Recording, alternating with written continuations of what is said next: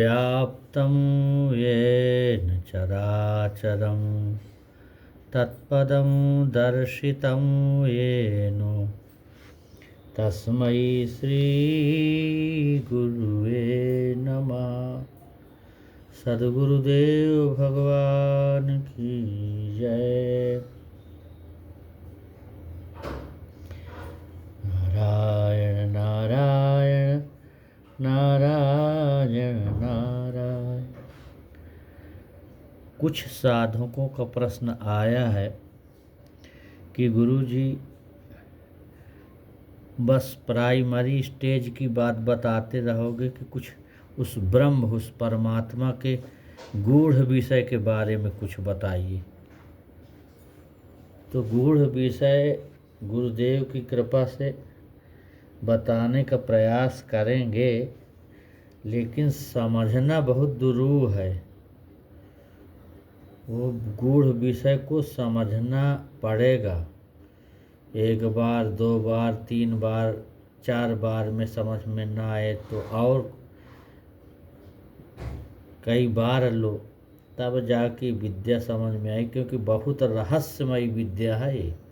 संसार में इस विद्या के समान कोई विद्या नहीं है, इसके समान कोई रहस्य नहीं, और इसके समान कोई गुप्त विद्या है ही नहीं दुनिया में।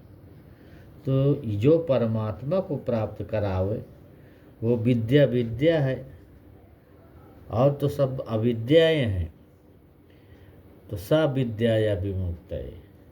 यहाँ पर मुंडक उपनिषद है, उसमें एक वृक्ष के दो सुंदर पक्षियों का वर्णन है। कहते हैं गुरु जो है शिष्य को बताते हैं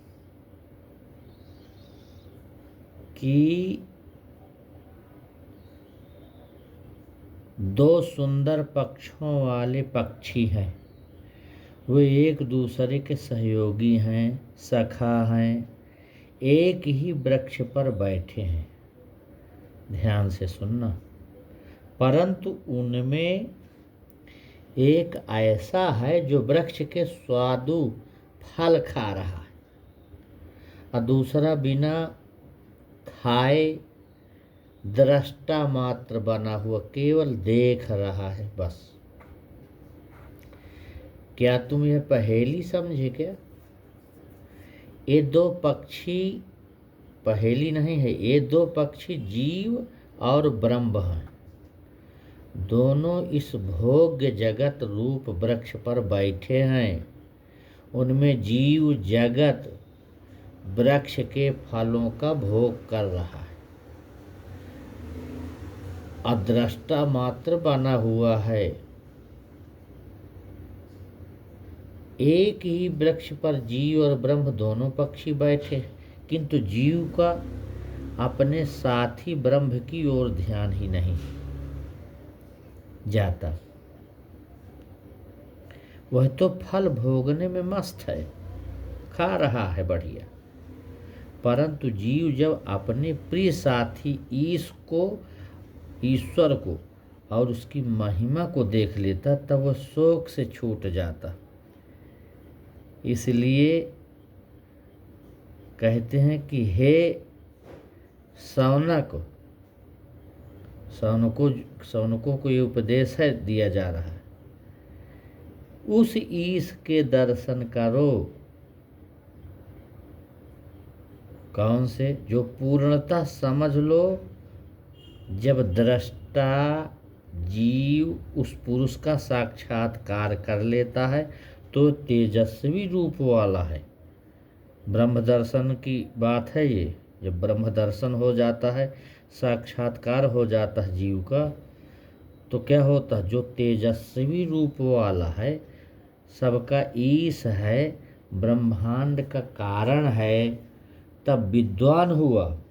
वह पुण्य पाप को झाड़ कर और बिल्कुल निरंजन निर्लेप बनकर उस पुरुष से परम साम प्राप्त कर लेता है। अब इसकी थोड़ा सा फलश्रुति कुछ शंका है इस प्रश्न पर। यह सुनते जो है फिर शौनक जी ये प्रश्न करते हैं।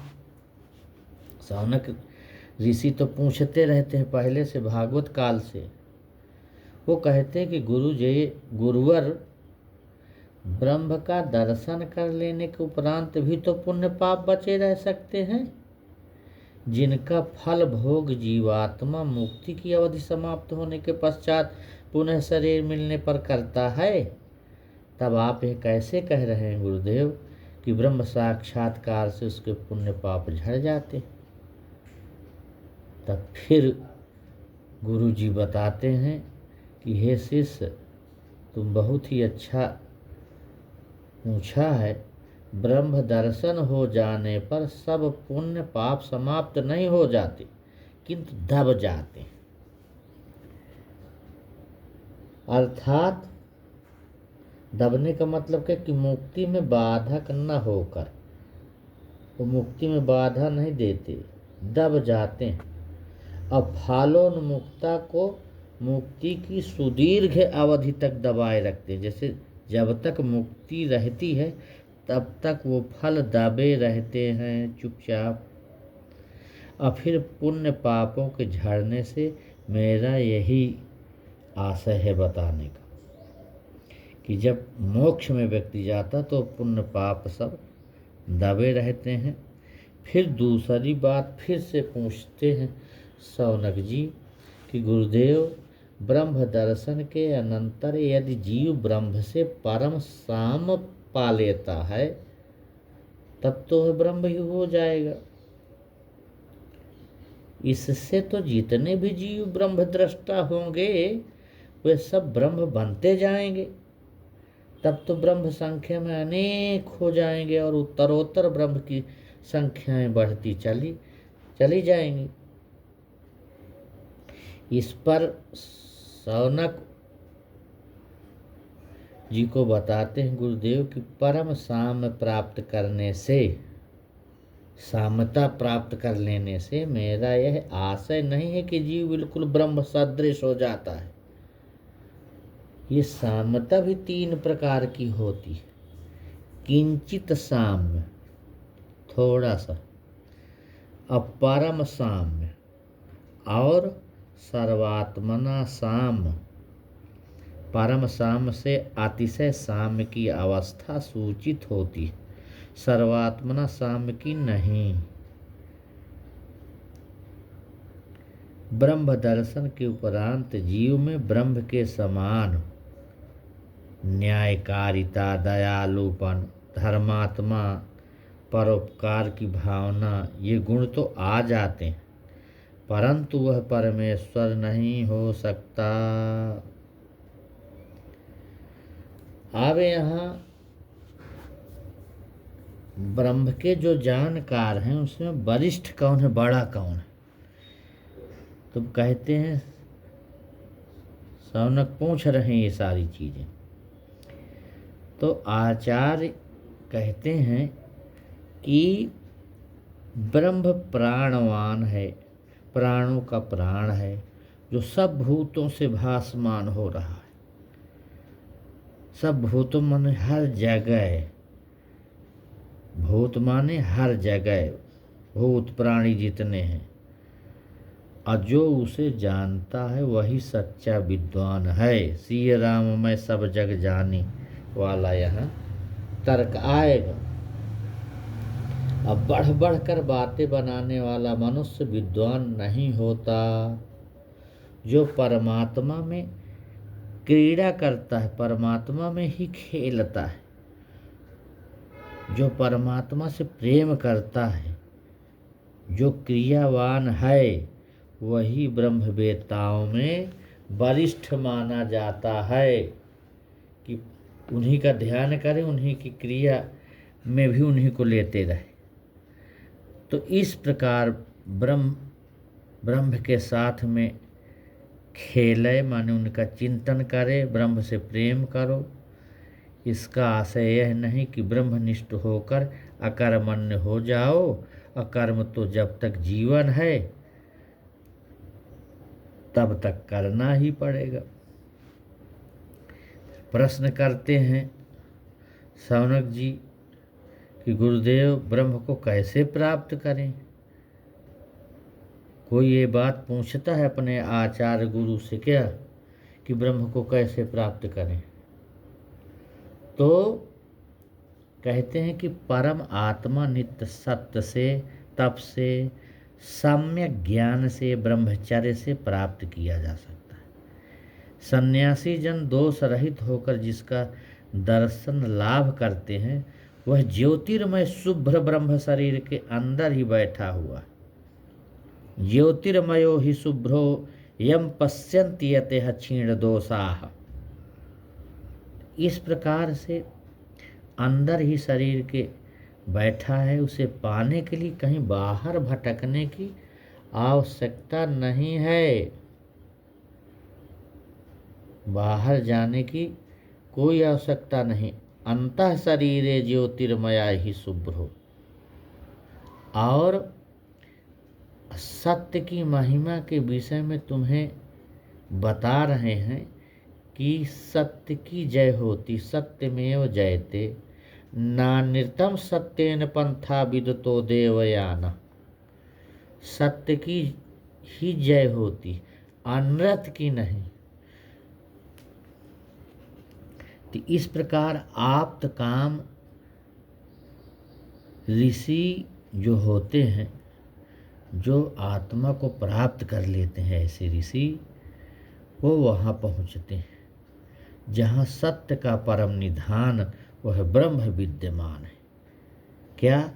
पश्यन्ति हैव निहितं गुहायाम।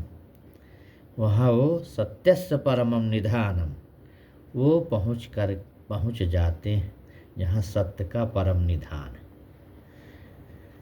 अब इसमें थोड़ा ब्रह्म का स्वरूप क्या है ऐसा बताते हैं कि ब्रह्म का स्वरूप ऐसा है कि वह महान से महान है। बृहत् तद्दिव्यमचिन्त्य रूपम सूक्ष्माच् तत्सूक्ष्मतरम विभाति। महान से महान है वो ब्रह्म, दिव्य अचिंत्य रूप वाला है, साथ ही सूक्ष्म से सूक्ष्म होकर भासमान है। अड़ो अड़िया महतो महिया सूक्ष्मत्वादि विज्ञेयम दूरस्थम चांतिके चतत। वह दूर से दूर है तो भी सदा समीप है। जो देखने वाले हैं उन्हें यही हृदय गुहा में पश्यन्निस्वैहैव निहितं गुहायाम, वो हृदय गुहा में निहित है, दिख जाता है। अब इसमें शायद तुम कहो कि यह परस्पर विरोधी गुणों वाला ब्रह्म तो समझ से बाहर है, वह महान से महान होता हुआ भी सूक्ष्म से सूक्ष्म कैसे हो सकता है, दूर होता हुआ भी समीप कैसे हो सकता है। इसका समाधान भी बताते हैं कि वो सर्वव्यापक होने से महान से महान है, पर स्थूल वस्तुओं के विपरीत आँख से न दिखने के कारण, अन्य इंद्रियों से भी ग्राह्य न होने के कारण सूक्ष्म से सूक्ष्मतर कहा गया। इसी प्रकार वस्तुतः वह दूर समीप सर्वत्र है, किंतु दूरस्थ वस्तु के समान इंद्रिय ग्राह्य न होने के कारण उसे दूर से दूर कहा गया है। वह ब्रह्म आँख से दिखता है, न वाणी से उसका वर्णन होता है, इंद्रियों से उसका ग्रहण हो सकता है, न कोई तप से, न कोई इंद्रिय से ग्रहण होता है, न कर्म से ग्रहित हो सकता है।